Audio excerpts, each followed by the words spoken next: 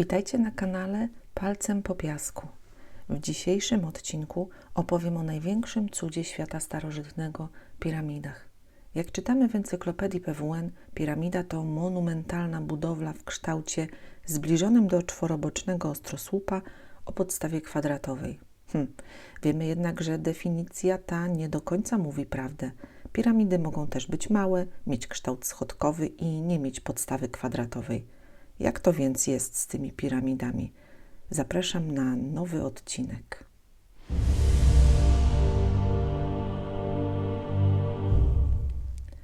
Piramida Cheopsa, horyzont Cheopsa, Achet Khufu to różne nazwy jednego z 7 cudów świata, jedynego, który stoi do dzisiaj.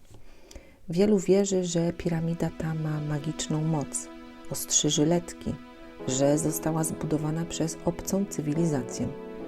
Jej powstanie jest owiane tajemnicą.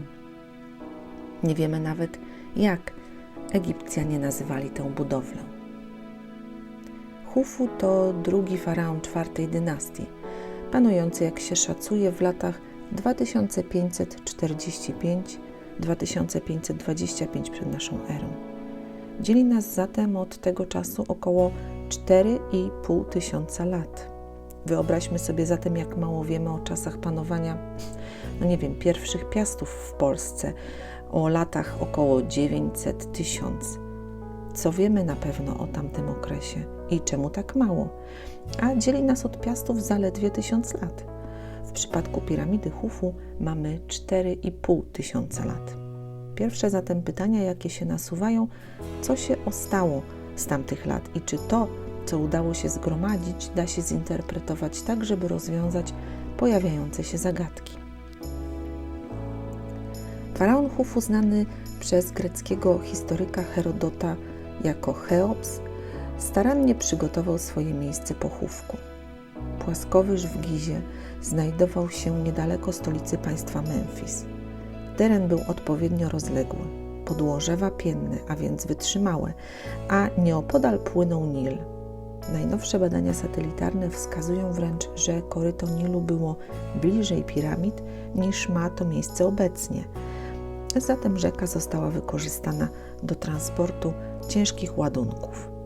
Jak się uważa, Khufu, co było skrótem pełnego imienia Chnum Huef Vi, czyli oby Bóg Chnum mnie ochraniał, do nadzorowania całego projektu wyznaczył urzędnika o imieniu Hemiunu. Był on prawdopodobnie bratankiem króla. U szczytu swojej kariery sprawował wiele urzędów w państwie, zarówno religijnych, dworskich, jak i administracyjnych. Był starszym pałacu i wielkim kapłanem Boga mądrości Tota. Hemiunu posiadał tytuł kierownika muzyki południa i północy. Od strony administracyjnej nadzorował pisarzy królewskich oraz przedsięwzięcia budowlane zlecane przez króla. Hemiunu nadzorował teren budowy w Gizie, począwszy od werbowania siły roboczej po jej organizację, wydobycie i transport budulca.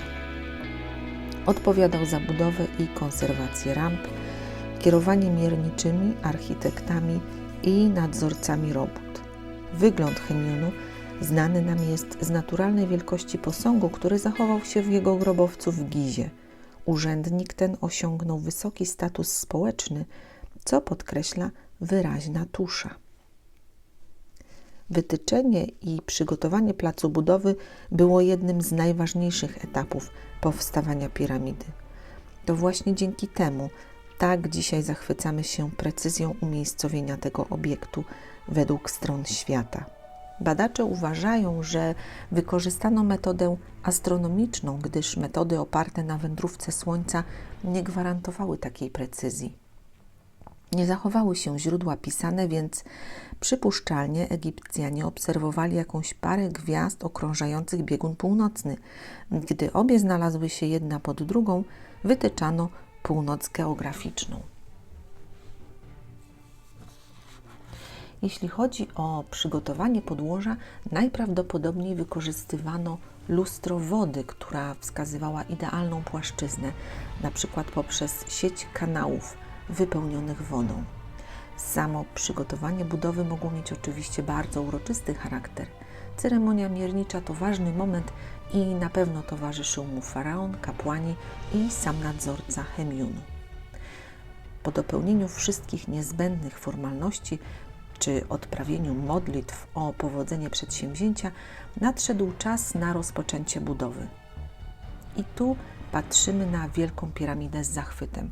Zastanawiamy się, jak starożytni ludzie posługujący się miedzianymi narzędziami i pracą własnych rąk postawili piramidę.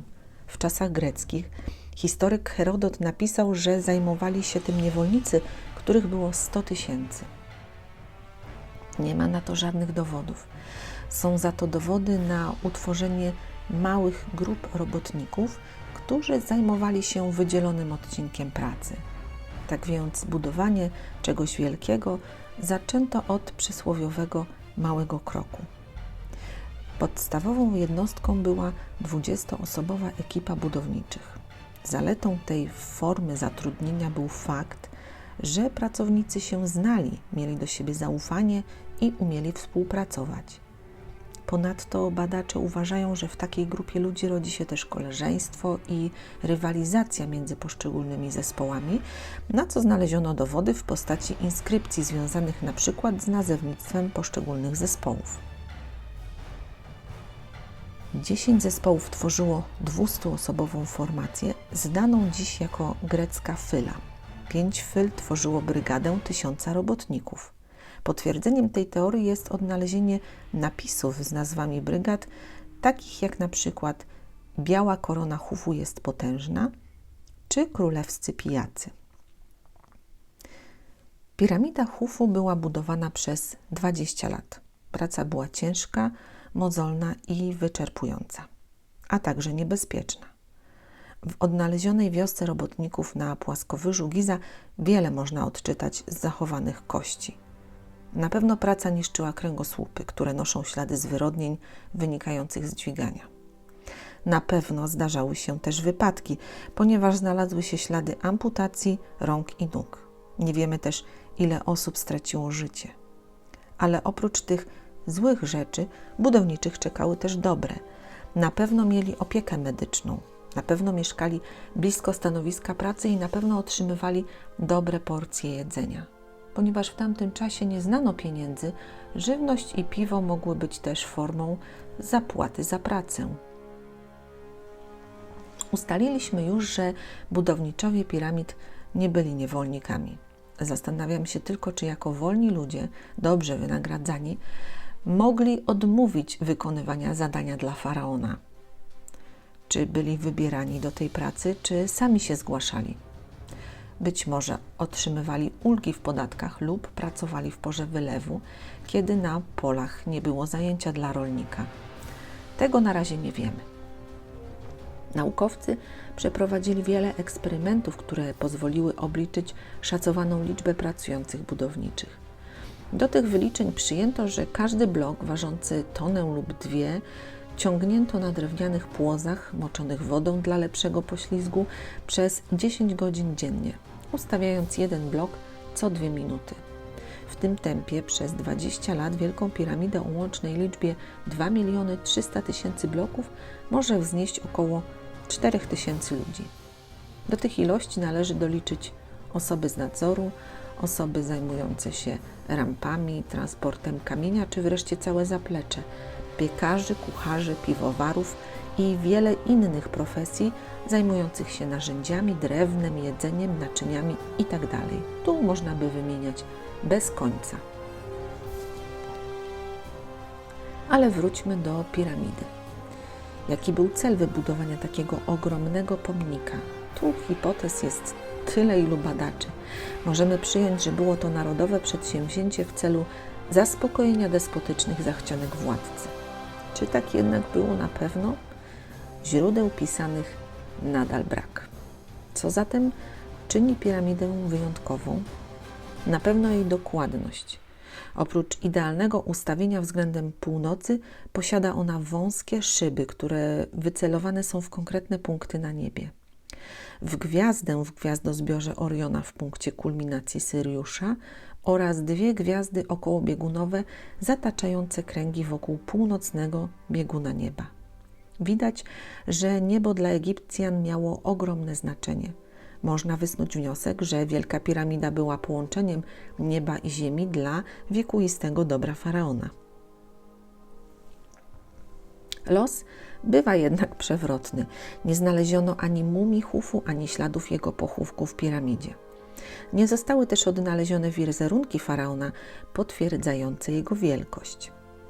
W 1903 roku znaleziono jedynie małą, 7,5 cm figurkę z kości słoniowej, która jest do obejrzenia w Muzeum Egipskim w Kairze. Faraon, ubrany w fartuszek, siedzi w czerwonej koronie na tronie, w ręku trzyma bicz.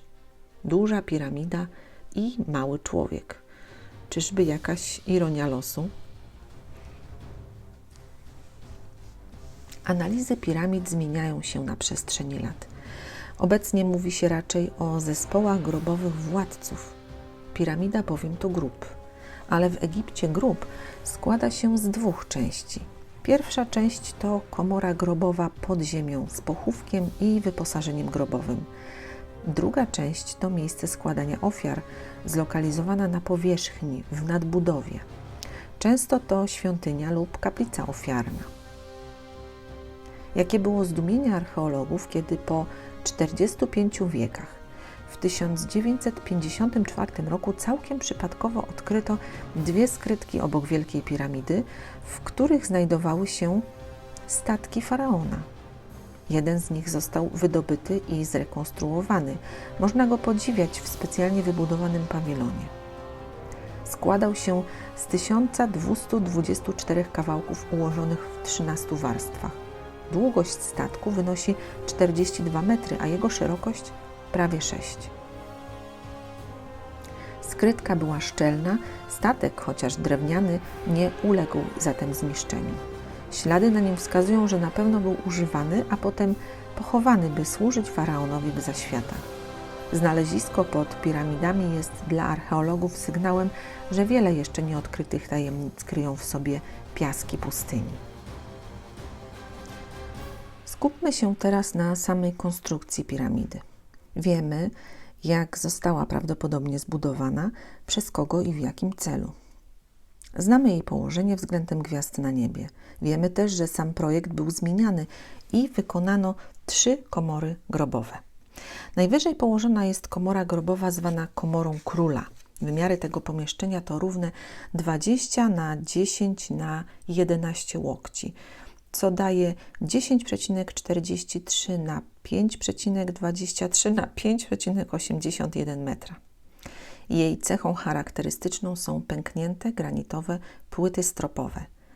9 wielkich bloków, które tworzą sufit, pękło na skutek nierównego osiadania budowli. Jednak nie ma obaw, że sufit się zawali, gdyż jest on mocno ściśnięty i nawet trzęsienia ziemi nie stanowiły zagrożenia dla piramidy. Przeciętny ciężar bloków kamiennych to około 2,5 tony, ale najcięższe bloki w komorze króla ważą około 60 ton. W komorze grobowej znajduje się sarkofag. Wyliczono, że jego szerokość jest o kilka centymetrów szersza niż wiodący do komory korytarz. Został zatem wstawiony do środka na pewnym etapie budowy, a z pewnością nie na końcu. Sarkofag jest granitowy, pozbawiony wieka i nosi ślady wskazujące na technikę, jaką został wykonany. Wnętrze wydrążono, a boki i spód skrzyni zostały odcięte. Widać nawet ślady fuszerki pracowników oraz zielony nalot wskazujący, że narzędzie było wykonane z miedzi. Nasuwa się spostrzeżenie, że położenie piramidy było bardzo istotne dla Egipcjan, za to już jej wykonanie niekoniecznie. Bądź ludzie odpowiedzialni za wytyczenie położenia piramidy dobrze spełnili swoje zadanie, zaś ludzie odpowiedzialni za jej konstrukcję już niekoniecznie. Na pewno słaba jakość przyspieszała pracę, a faraon czekał na efekty. Kluczową sprawą było zablokowanie dojścia do komory grobowej po pochówku władcy. Zamykano w ten sposób piramidę na zawsze. Sposoby były różne. W przedsionku komory króla zastosowano granitowe zasuwy opuszczane na linach, wcześniej zmagazynowane powyżej przejścia. W korytarze wpychano bloki z granitu, co miało zniechęcać potencjalnych rabusiów. W Wielkiej Piramidzie droga do komory grobowej idzie w górę, a to spowodowało konieczność zmagazynowania tych tzw. zatyczek w Wielkiej Galerii.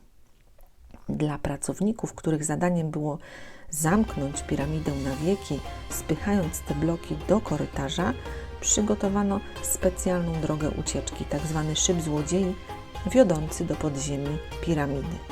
Powyżej komory króla skonstruowano 5 komór odciążających.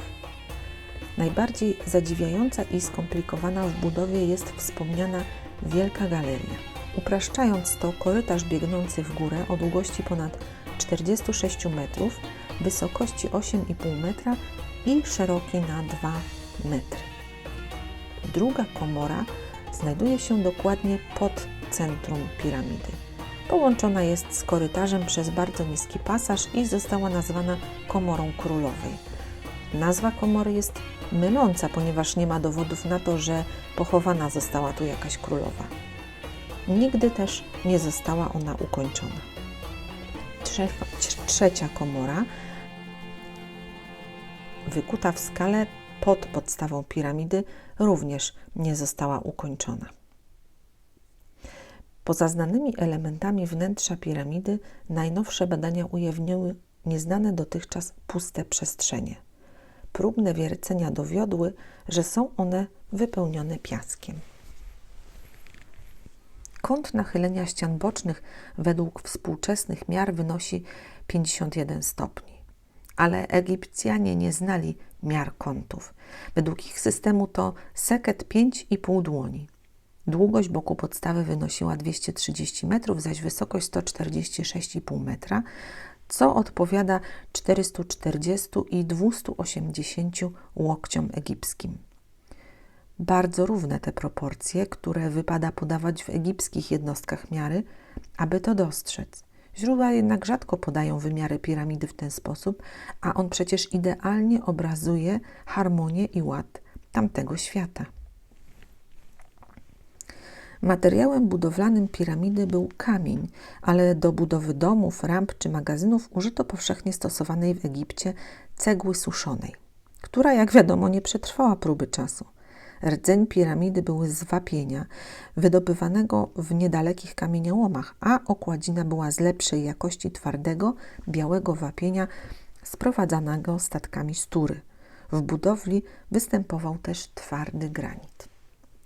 Bloki okładziny były dociskane jeden do drugiego bardzo precyzyjnie. Szczeliny są tak minimalne, że na pewno nie wciśnie się tam chociażby palca. Cóż, kiedy okładzina znikła prawie w całości, rozebrana przez Arabów na budowanie Kairu i murów już w XII wieku. Gdyby nie to, piramida miałaby dzisiaj gładką powierzchnię. Okładzina była idealna, jednak boki piramidy były opracowywane już dużo mniej starannie i dokładnie. W piramidzie Chufu można zobaczyć fugi między blokami sięgające kilkunastu centymetrów szerokości, wypełnione odłamkami wapienia i murową zaprawą. Wielka piramida nie ma czubka. Piramidion, czyli bloki szczytowe, na piramidzie Chufu nie istnieje. Nie wiemy, czy piramidion został zamocowany, a jeśli tak, to jak to zostało zrobione. To przecież kilka ton kamienia. Czubek mógł mieć nawet 9 metrów wysokości. Czasem piramidiony dekorowano złotą blachą, jak czubki obelisków. Piramidion Wielkiej Piramidy nigdy nie został odnaleziony. W fasadzie północnej znajduje się otwór nie będący częścią pierwotnego projektu. Uważa się, że to wejście złodziei wyrąbane w połowie IX wieku na rozkaz kalifa Al-Mamuna. Skarby znajdujące się rzekomo w piramidzie rozpalały wyobraźnię przez tysiące lat. Cóż, kiedy skarby, jeżeli były pierwotnie złożone w środku, zniknęły już w starożytności. Wspomniałam już Herodota, który krytycznie odnosił się do piramid i faraona Cheopsa. Nie tylko zresztą on. Faraon miał reputację okrutnika i aroganta. Pisano, że piramidy to pomnik głupoty władców, tyleż kosztowny, co niepotrzebny. Wielu one jednak fascynują. I niech tak zostanie.